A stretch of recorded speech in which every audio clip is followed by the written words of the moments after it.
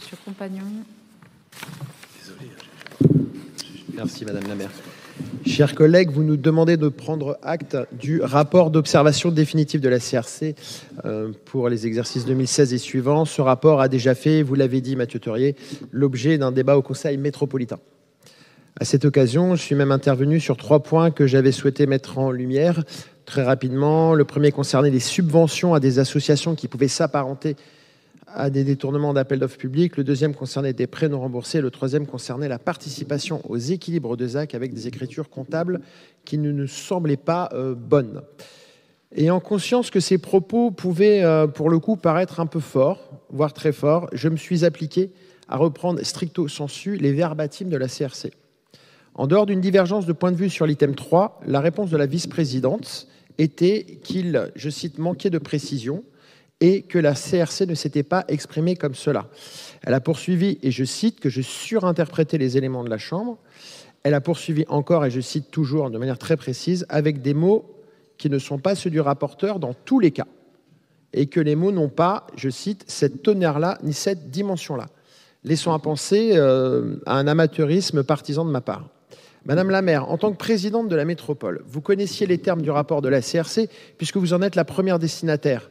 Et vous saviez que mes propos reprenaient exactement ce qui était écrit dans le rapport de la CRC. Concernant les subventions, notamment pages 24 et 25, la CRC dit exactement, et c'est dans le rapport, si vous l'avez, vous pouvez le lire, s'agissant des subventions, il ressort que plusieurs des 14 mandats examinés s'apparentent en réalité à des prestations de services relevant du droit de la commande publique et que 3 d'entre eux représentent d'importants risques juridiques. Le premier concernant le versement d'une subvention de fonctionnement pour l'année 2021 d'un montant de 170 000 € au bénéfice de l'agence immobilière à vocation sociale. Ces termes sont exactement risques juridiques d'importants risques sont exactement les termes qui sont page 24.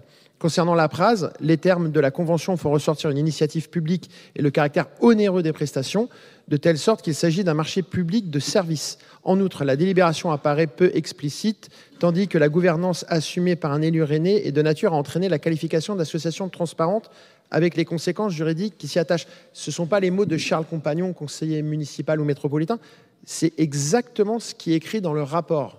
Je ne comprends pas effectivement les réflexions qui m'ont été faites là-dessus. Et je confirme qu'au vu des 50 millions d'euros de subventions que la ville attribue tous les ans, enfin des plus de 50 millions, nous sommes en droit aussi de nous inquiéter de la même manière que l'a fait la CRC.